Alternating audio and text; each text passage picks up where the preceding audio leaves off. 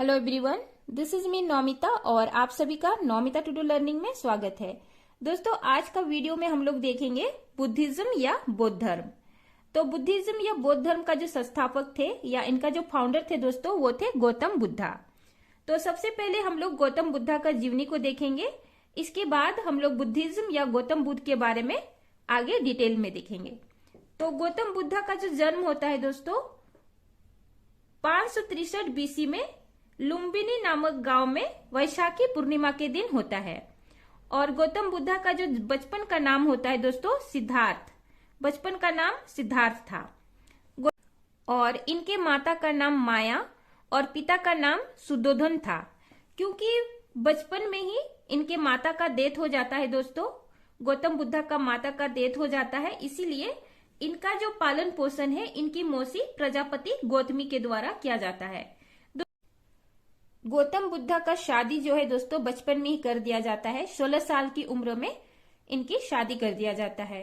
तो गौतम बुद्धा की जो वाइफ थी दोस्तों, इनका नाम था यशोधरा और इनका जो पुत्र था, इनका जो सन था राहुल। गौतम बुद्धा का इंटरेस्ट जो है दोस्तों शादीशुदा जिंदगी में कोई खास नहीं रहता है, इनको बहुत ज्यादा इंटरेस्ट नहीं होता है। इसीलिए 29 साल की उम्र में गौतम बुद्धा जो है घर को छोड़ देता है सत्य की तलाश में, सत्य की खोज में। दोस्तों, सत्य की खोज में निकलने के बाद गौतम बुद्धा का जो जर्नी है उसको हम लोग आगे देखेंगे। इससे पहले जो गौतम बुद्धा का जो डेथ है दोस्तों उसको देख लेते हैं। तो 483 बीसी में जो है दोस्तों गौतम बुद्धा का कुशीनगर में डेथ हो जाता है।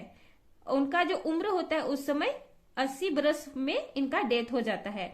और गौतम बुद्धा का जो डेथ है दोस्तों उसको कहा गया महापरिनिर्वाण। दोस्तों 29 साल की उम्र में गौतम बुद्ध घर छोड़ जाते हैं ज्ञान की तलाश में, सत्य की खोज में। तो गौतम बुद्धा जो है 6 साल की तपस्या के बाद 35 साल की उम्र में गया बिहार में उनको आखिरी ज्ञान की प्राप्ति होती है। गया बिहार में एक पीपल के पेड़ के नीचे बैठते हैं, वहां तपस्या करते हैं, ध्यान करते हैं, तो उनको आखिरी ज्ञान की प्राप्ति होती है। और गौतम बुद्धा का जो ज्ञान की प्राप्ति जो है दोस्तों उसको कहा गया इनलाइटनमेंट या ज्ञान की प्राप्ति। और इनको ज्ञान की प्राप्ति के बाद दोस्तों पहला जो उपदेश देते हैं, फर्स्ट सरमन जो देते हैं वो देते हैं सरनाथ में। सरनाथ जो है वाराणसी के नजदीक में है। और ये जो सरमन जो है दोस्तों पहला उपदेश जो है गौतम बुद्धा का उसको कहा गया धर्म चक्र प्रवर्तन। जो पहला उद्देश्य है उसको कहा गया धर्म चक्र प्रवर्तन, जो कि इंग्लिश में कहा गया turning the wheel of law. ये बहुत इंपॉर्टेंट है दोस्तों। पहला सरमन को कहा गया turning the wheel of law या धर्म चक्र प्रवर्तन। अभी हम लोग देखेंगे बुद्धिस्ट काउंसिल या बौद्ध संगति। दोस्तों, समय समय पे बौद्ध धर्म का प्रचार प्रसार करने के लिए सभाएं आयोजित कराए गए, उसी को बोलते हैं बौद्ध संगति या बुद्धिस्ट काउंसिल। तो बुद्धिस्ट काउंसिल जो है दोस्तों 4 बुद्धिस्ट काउंसिल आयोजित कराए गए जो बहुत ही ज्यादा इंपॉर्टेंट है। तो इसको सबसे पहले तो हम लोग देखेंगे ट्रिक में। तो कहाँ कहाँ आयोजित कराए गए बौद्ध संगति? तो स्थान है रावेपा कुंड, स्थान है रावेपा कुंड। और किनके शासन काल में कराए गए दोस्तों? शत्रुकाल अशोकनी। तो ये स्थान है और ये किनके शासन काल में कराए गए वो है। तो ये जो है दोस्तों ये ट्रिक है, अभी इसको हम लोग डिटेल में देखेंगे। तो बुद्धिस्ट काउंसिल जो है टोटल 4 काउंसिल कराए गए थे। तो 1, 2, 3 और 4। तो पहला जो हुआ था दोस्तों पहला बुद्धिस्ट काउंसिल हुआ था राजगिरी में, जो कि अजात शत्रु के शासनकाल में हुआ था। दूसरा जो काउंसिल हुआ था वैशाली में, जो कि काला अशोक के समयकाल में हुआ था। तीसरा जो हुआ था पाटलिपुत्र में, जो कि अशोक के समय में आयोजित कराए गए थे। चौथा जो काउंसिल हुआ था दोस्तों कुंडलवना में, जो कि कनिष्ठ के शासनकाल में कराए गए थे। ये जो कुंडलवना है दोस्तों ये कश्मीर में है। तो ये जो हमारा 4 बुद्धिस्ट काउंसिल जो हुए थे उसी को हम लोग जो यहाँ पर ट्रिक में लिखे हैं उसी को अभी हम लोग देखेंगे। तो ये जो रावेपा कुंड जो है दोस्तों स्थान रा से हम लोग लिए हैं, यहाँ रा व से पाटलिपुत्र का पा हम लोग लिए हैं और कुंडलवना का कुंड हम लोग लिए हैं। तो ये है जो है रावेपा कुंड स्थान। तो ये रावेपा कुंड को हम लोग अगर याद कर लेंगे तो इजीली बुद्धिस्ट काउंसिल का जो स्थान है उसको हम लोग पकड़ लेंगे। और शासनकाल जो है दोस्तों शत्रुकाल अशोकनी। तो शत्रुकाल यहाँ अजात शत्रु में से हम लोग शत्रु लिए हैं, काला अशोक का हम लोग काला लिए हैं, अशोक का हम लोग अशो लिए हैं और कनिष्ठ का हम लोग कनी लिए हैं। तो ये जो है शत्रु काल अशोकनी, शत्रु काल अशोकनी, शत्रु से अजात शत्रु, कालाशोक, अशोक और कनिष्क। तो ये है हमारा बुद्धिस्ट काउंसिल को याद करने का ट्रिक। अभी हम लोग देखेंगे बौद्ध धर्म का त्रिरत्न या 3 ज्वेल्स। तो बौद्ध धर्म का जो 3 रत्न है दोस्तों वो है बुद्ध, धम्म और संघ। तो इसको हिंदी में इंग्लिश में बोलते हैं, बुद्ध को एनलाइटनमेंट बोला गया, एनलाइटन। दूसरा है टीचिंग ऑफ बुद्धा या डॉक्ट्राइन, और तीसरा है मोनास्टिक ऑर्डर जिसको संघ बोला गया। तो ये 3 रत्न क्या है दोस्तों, बुद्ध, धम्म और संघ। अगला है हमारा त्रिपिटक। दोस्तों त्रिपिटक जो है बौद्ध ग्रंथ है, बौद्ध धर्म में 3 ग्रंथ है जिसको पाली लैंग्वेज में लिखा गया। तो उसी ग्रंथ को त्रिपिटक के नाम से जाना गया। और ये जो त्रिपिटक है दोस्तों ये है विनय पिटका, सुत्ता पिटका और अभिधामा पिटका। ये लास्ट में पी लिखा हुआ है, पिटका, पी से पिटका। तो त्रिपिटका कौन कौन से है दोस्तों, विनय पिटका, सुत्ता पिटका और अभिधमा पिटका। ये जो 3 है ये हमारा बौद्ध ग्रंथ है जो कि पाली लैंग्वेज में लिखा हुआ है। अभी हम लोग देखेंगे पॉइंट कुछ जो छूट गए थे और इम्पोर्टेंट है, और कुछ को हम लोग इम्पोर्टेंट पॉइंट्स को देखेंगे। तो फर्स्ट जो है दोस्तों ये जो फर्स्ट सरमन है बुद्ध द्वारा दिया गया था, बुद्धा के द्वारा दिया गया था सरनाथ में। वहां पर 5 शिष्यों को सबसे पहले बुद्ध को ज्ञान की प्राप्ति के बाद उपदेश दिया गया था। तो ये 5 शिष्य जो थे दोस्तों कौंडिन्य, भद्रिका, वाष्पा, महानमन और अश्वजित। ये जो 5 शिष्य थे ये बुद्ध के 5 शिष्य थे जिनको बुद्ध ने ज्ञान की प्राप्ति के बाद सबसे पहले उपदेश दिए थे। दूसरा पॉइंट है श्रावस्ती, जो जगह का नाम है दोस्तों।